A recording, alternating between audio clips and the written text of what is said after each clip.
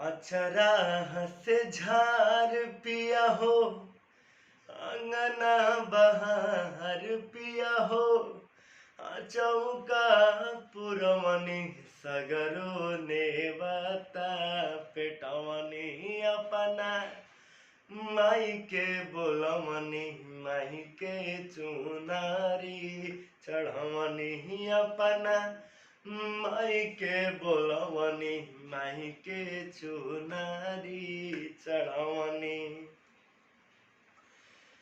हो गंगा जी के घाटिया से जलवा ले आई के, अवे वाला रहिया में फूलवा बिछाई के।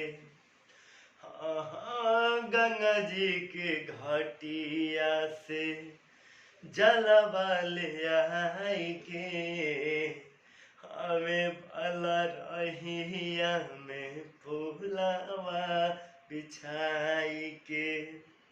हथवा के जोड़ पिया हो, रहिया अंगोर पिया हो, आसन सजवनी लाले कंगना मंगवनी मुहवा देखी के सजवनी माही के चुनारी चढ़वनी अपना माई के बोलवनी माही के चुनारी चढ़वनी। अचरा से झार पिया हो। अगर आप सबके गाना अच्छा लगी, हमारा आवाज अच्छा लगी तो यही नहीं हो रहा भाई भैया, हमारा चैनल के सब्सक्राइब करी और खूब शेयर करी अगर अच्छा लगे तो, और कमेंट करी बताई कि हम कैसन गाओ तानी, और आपके कमेंट के इंतजार रही।